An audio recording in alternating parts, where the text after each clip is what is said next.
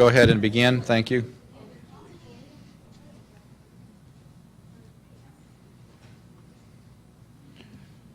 Just in case anybody doesn't know me, I'm Tom Bonfield, Durham City Manager.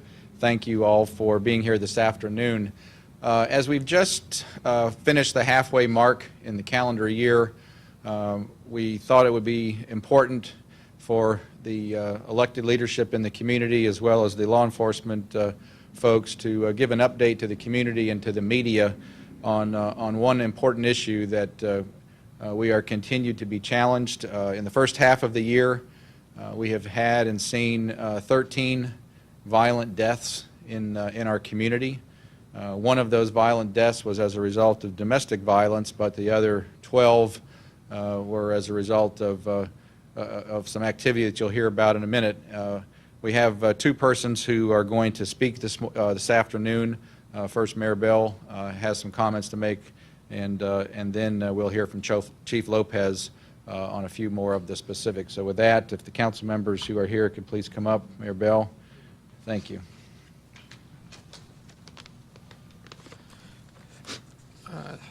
Thank you, Tom. Good afternoon.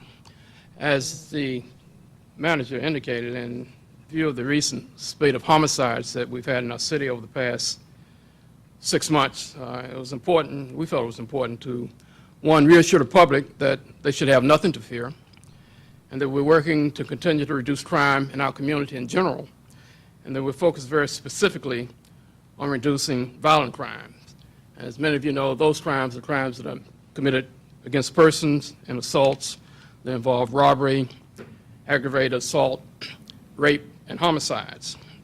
The public also should know that there are at least 2 ongoing efforts that are being focused on crime and reducing crime in our community, and they involve a variety of representatives in our community and are having some degrees of success in that overall crime in the city of Durham is down. One of the committees that I'm speaking about is the Gang Reduction Strategy Committee. This committee meets monthly of the Juvenile Justice Prevention Center. It's co-chaired by our city manager and the Durham County manager. We have a variety of representatives on that council, on that committee. I sit there as the mayor of the city of Durham. The chairman of the Board of County Commissioners on that committee. We have representatives from the district attorney's office, from the judicial system, from the clergy, from the educational system, from the health system, a wide variety of representatives, all working to see how we can better reduce whatever gang activity we have in this community. A second community is the Violent Crime Reduction Roundtable meeting. And that is a meeting that meets monthly. We meet in the city manager's conference room. The city manager chairs that committee along with the Durham County manager, the chair of the Board of County Commissioners, myself, the police chief, the office of the sheriff, the magistrate, the judicial system, and some members from the public.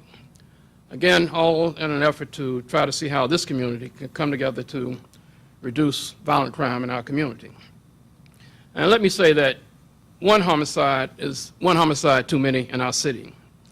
And I don't think I have to tell you that homicides not only affect the victims, it has a horrible effect on the surviving family members and friends. And you'll hear more details from police chief that are related to those homicides that have occurred this year. And I'm sure he will share with you, without jeopardizing the ongoing investigations, as much information as he can on those issues. Now, as mayor, I have consistently said that crime reduction and solving crime is not solely the responsibility of law enforcement agencies alone. We have to have the help and support of the community. And you also hear that the community has been very helpful in solving some of these crimes, and we're grateful for their support, and I hope that it will continue at an even higher level of support, not only in solving crimes, but in preventing crimes from occurring. As an African-American male, it is really disappointing to me that all the deaths this year were African-American males. The deceased ranged in ages from 18 to 41, and the suspects, including those already arrested, ranged in age from 18 to 21, with most of them being in the age of 18 to 21. We in the African American community specifically have got to find ways to keep our African American males from continuing on this path that only leads to self-destruction of themselves and others. And my comments on these violent deaths should not be interpreted as meaning that only African American males are committing violent crimes, because they are not. But the fact are that for the past 6 months, African American males have been involved in those violent crimes that resulted in the death of individuals, and that has got to stop. No one deserves to die, and none of these deaths were random. Now, I don't claim to have the solution to preventing these crimes, but clearly for some of the violent crimes that are happening in our community, there are ties to illegal drug activities, either selling or using drugs. In my opinion, we've got to move more aggressively as a community and law enforcement to help drive the source and demand for drugs in our community. We've got to send a message by words and actions that dealing drugs in our community is not and will never be acceptable. Persons committing these acts, participating in similar criminal activities, or affiliating with persons committing these acts needs to stop these behaviors to avoid becoming one of these statistics. Family members and friends of those participating in those criminal activities need to urge those persons to stop these behaviors so they do not have to mourn for them when they become one of the statistics. And finally, let me conclude by saying the Durham Police Department is doing an excellent job of solving these crimes and receiving support and information from the community to do so. The community should not be afraid, and it should continue to provide information to the Durham Police Department as we work together to make this city a safer city for all. Again, I want to thank you, and I'm now going to turn the press conference over to Chief Lopez for comments that he may have. I'm pleased we've joined with Councilman Eugene Brown, City Councilwoman Diane Katati, Councilman Moffitt, and the Mayor Pro Tem, Cora Cole McFadden. Chief. Thank you. Jose Lopez, Chief of Police, City of Durham. I feel that it's important to begin by expressing that any loss of life is a tragedy, and especially when the loss of life is caused by unlawful actions.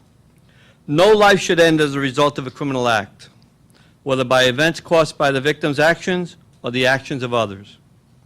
As we address the recent rash of homicides in our community, factual content must be established for accurate reporting, understanding, and response. The facts are as follows.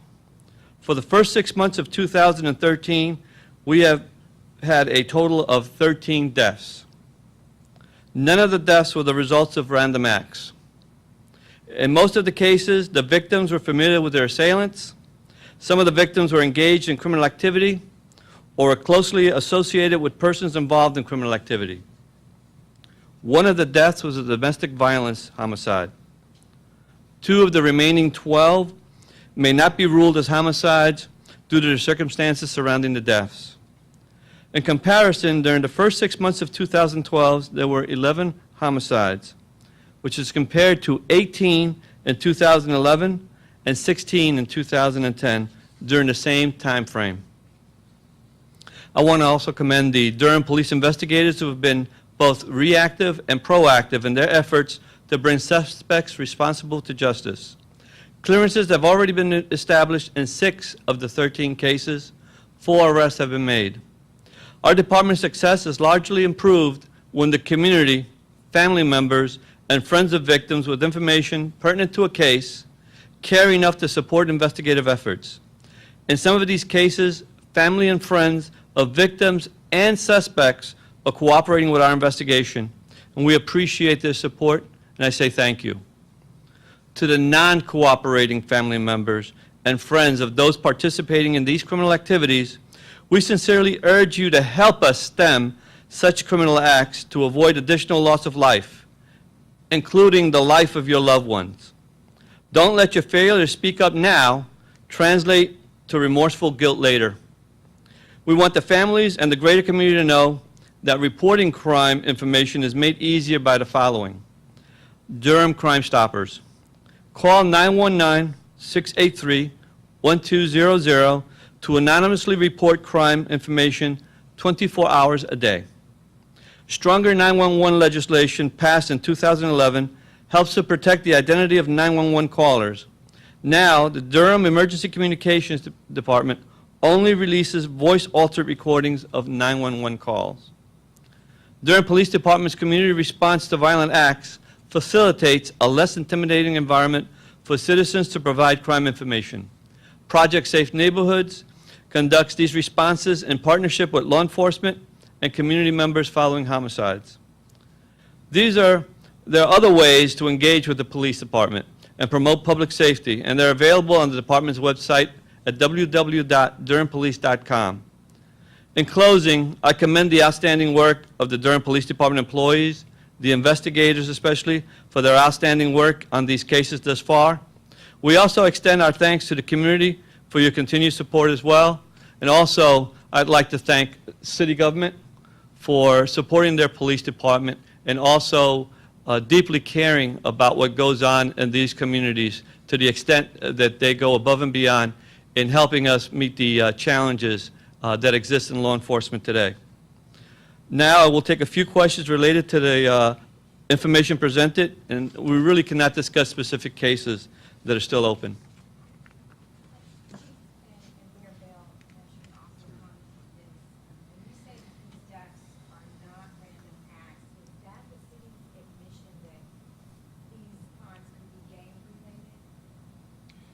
Well, I'll speak, Chief. I'm simply saying that typically, whether they're gang-related or not, the suspect and the victims knew each other. They had some type of relationship. It wasn't random that suddenly someone went out and decided to do this to this particular person. There was a relationship there. And again, as the Chief indicated, not getting the specifics in terms of the cases that have been jeopardized, but I think that's pretty much true in terms of the incidents we've seen so far. So I'm not saying they're gang-related. I'm just saying that they aren't random in the sense that the victims and the suspects had some ties. Well, in order to, in the sense of not being random, we have to understand that it's not a situation where the average person who's walking down the street is inadvertently being shot by someone who he or she does not know, and they're just doing something that is just particular to life and wind up through no involvement and no connection and no knowledge of the assailant is becoming a victim. Mayor Bell, you spoke personally as an African-American male. What do you think of this young man? You talked about it a little bit, but what do you say to those young men out there? I say what I consistently say to them. There's a better path than the path that you're on. You only need to look at those that have traveled that path and seen the results that they've become to them. There are better ways of doing that. The fact of the matter is that they're walking free now, but you know they take that for granted. What they should look at is the fact that what happens if they are one of the suspects and they're convicted and their life is gone. So lessons can be learned from persons that have traveled that path. And if they don't want to travel that same path and end up with the same results, they need to get on a different path. And I think this community is willing to reach out in every way possible through the schools, social agencies, churches, and et cetera, to help them get on a different path than the path that they're on. And this for both of you as well. Obviously, there are people out there who say, oh, great, this is what we need, another press conference, another committee.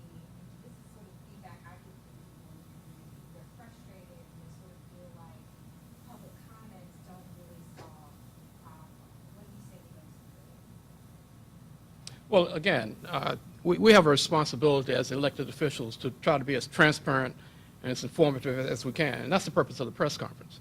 I've also indicated that we aren't just doing press conferences alone. The fact that the two committees that I spoke to are very actively involved and I think are having results. That's something you don't see on a day-to-day basis, but we want to share that. But the purpose of this press conference is to do what I said, for my part, to let people know they shouldn't have fears in Durham, to let people know who are involved in those criminal activities they need to get out of it, to let family members and friends know of persons that are involved to try to do something to deter them, to continue to get the support of the community. As the police chief has indicated, it's been very helpful in helping us solve some of those crimes, but not only solving crimes, but helping prevent crimes. That's the purpose of the press conference. And again, to try to be as transparent and as informative as we can. I don't know, urban legend that summertime usually unleashes a lot of crime. Is that what we're seeing as of late? There are many urban legends. Right now, what we're seeing are individuals who apparently are having a discord among each other, and they're using violence, and they're using very immediate, unthoughtful means by which to handle their situation. And they're acting out of anger, and they, quite frankly, don't have the courage and the strength to step up and be better persons.